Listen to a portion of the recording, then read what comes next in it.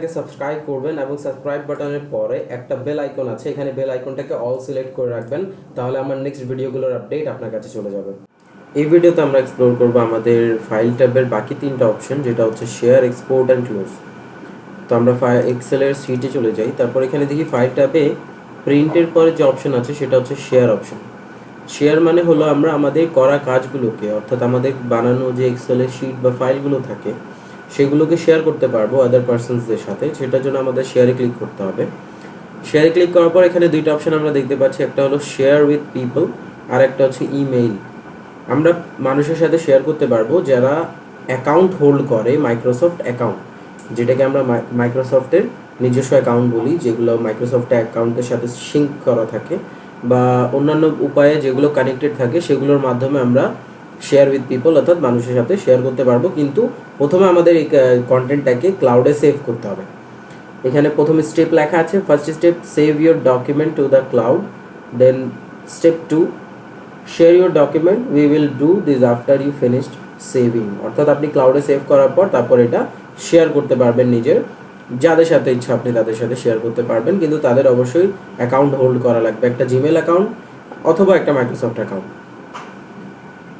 তারপর দেখেন এখানে ইমেলের মাধ্যমে পাঠাতে পারবেন, কিন্তু এখানে ইমেলের মাধ্যমে আপনি কয়েকভাবে পাঠাতে পারবেন। একটা হলো সেন্ড অ্যাজ অ্যাটাচমেন্ট। আপনি ইমেলে যেভাবে অ্যাটাচমেন্ট সেন্ড করেন, অর্থাৎ ইমেল করার সময় যেভাবে ইমেজগুলোকে অ্যাটাচ করেন, সেমভাবে এই ফাইলটা অ্যাটাচ হয়ে আপনার ইমেলের মাধ্যমে চলে যাবে। তারপর যে অপশানটা আমরা দেখতে পাচ্ছি সেন্ড এ লিঙ্ক, এটার জন্য আপনাকে প্রথমে এটাকে ক্লাউডে সেভ করতে হবে, তারপর আপনাকে এটা লিঙ্ক কাউকে শেয়ার করতে হবে। সেকেন্ড অপশন আছে সেন্ড অ্যাজ পিডিএফ, আপনি কাউকে পিডিএফ আকারে সেন্ড করতে পারবেন। Everyone gets a PDF attachment, কেউ এটার লোকেশন বা অ্যাক্সেস নিতে পারবেন না, অথবা কেউ এটাকে সেভ করতে পারবে না, অর্থাৎ এটার উপর আর কখনো এক্সেলের কাজ করতে পারবে না, এটাকে পিডিএফ আকারে তারা পাবে যাদেরকে আপনি এখান থেকে পাঠাবেন। তারপর আছে সেন্ড অ্যাজ এক্সপিএস আকারে অ্যাটাচমেন্ট অ্যাটাচ করে পাঠাতে পারবেন। সেন্ড অ্যাজ ইন্টারনেট ফ্যাক্স, আপনি ফ্যাক্সের মাধ্যমেও পাঠাতে পারবেন। তো এই হচ্ছে আমাদের শেয়ার অপশন, এত বেশি হার্ড কিছু না, জাস্ট কিছু এক্সপ্লোর করলেই হয়ে যাবে। তারপরে আমরা যে অপশন দেখতে পাচ্ছি সেটা হচ্ছে এক্সপোর্ট। এক্সপোর্ট হচ্ছে আমরা এই ফাইলটাকে কিভাবে এক্সেল থেকে অন্যান্য জায়গায় এক্সপোর্ট করতে পারি। প্রথম যে অপশন আছে সেটা হচ্ছে ক্রিয়েট পিডিএফ অথবা এক্সপিএস। আপনি পিডিএফ আকারে অথবা এক্সপিএস আকারে সেভ করতে পারবেন, যেখানে ইচ্ছা সেখানে জাস্ট এই বাটনে ক্লিক করতে হবে। ফাইল ট্যাবে এসে এক্সপোর্টে আসবো, তারপর এখানে ক্লিক করবো এই বাটনে, তাহলে আমরা পিডিএফ আকারে অথবা এক্সপিএস আকারে সেভ করতে পারবো। তারপর আছে চেঞ্জ ফাইল টাইপ, আপনি চাইলে ফাইলের টাইপটাকে চেঞ্জ করে দিতে পারবেন। এক্সএলএস আছে, আপনি চাইলে এটাকে পিডিএফ করতে পারেন, এক্সএলটিএক্স করতে পারেন, ডট এক্সএলএস করতে পারেন, অথবা এখানে সিএসভি অপশনও আছে, এই যে সিএসভি অপশন, এটার মাধ্যমে আপনি ওয়েবের জন্য রেডি করতে পারবেন। এখান থেকে আপনি ডক টাইপ চেঞ্জ করে দিতে পারবেন যে টাইপে এখানে আপনি চান, তারপর সেভ অ্যাজ করে ওই অপশনটা ক্লিক করে সেভ অ্যাজ করবেন, তাহলে ওই অপশানে সেভ হয়ে যাবে। ঠিক আছে, তো এই হচ্ছে আমাদের এক্সপোর্ট অপশান, আহামরি তেমন কিছু না। তারপর এখানে ক্লোজ অপশান আছে, আপনি যদি চান ফাইল আপনার কাজ শেষ, তারপর আপনি ফাইল ট্যাবে থাকা অবস্থায় সব কাজ শেষ করে যদি ক্লোজ করে দিতে চান, এই যে এখানে যে ক্রস বাটন দেখতে পাচ্ছি, এই ক্লোজ বাটন আর ফাইল ট্যাবের এই ক্লোজ বাটন একই কাজ করে। ঠিক আছে, এই দুইটা কাজ আমাদের একই।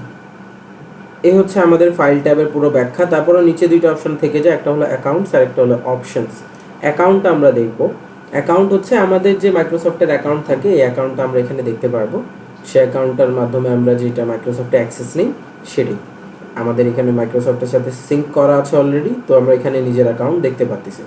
ঠিক আছে, এই অ্যাকাউন্টগুলো নাথিং মোর, এখানে কিছু নেই। তো কালার থিম চেঞ্জ করতে পারবেন, আপনি চাইলে ডার্ক গ্রে করতে পারবেন, তারপর আপনি চাইলে এখান থেকে ব্ল্যাক করতে পারবেন, ব্ল্যাক থিম। আপনি চাইলে এখান থেকে ইউজ সিস্টেম সেটিং করতে পারবেন, আপনি চাইলে এখান থেকে কালারফুলও রাখতে পারবেন, আপনার ইচ্ছা।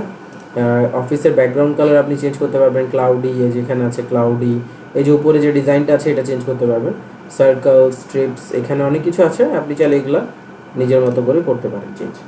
তারপর এখানে অপশনস আছে, অপশনটা অনেক বড় লেন্দি একটা প্রসেস, আমরা না হয় এটা লাস্টের দিকে দেখব, লাস্টের দিকে যে কোনো একটা জায়গায় আমরা এটা ব্যাখ্যা দিয়ে দিব। বাকি এখানে যা যা আছে এই সবগুলো অপশানে আমাদের কাজে লাগে, বাট এটা এত বেশি টাফ না, কিন্তু অপশনটা অনেক বেশি বড়, যার কারণে আমরা এটা পরে এক্সপ্লোর করব।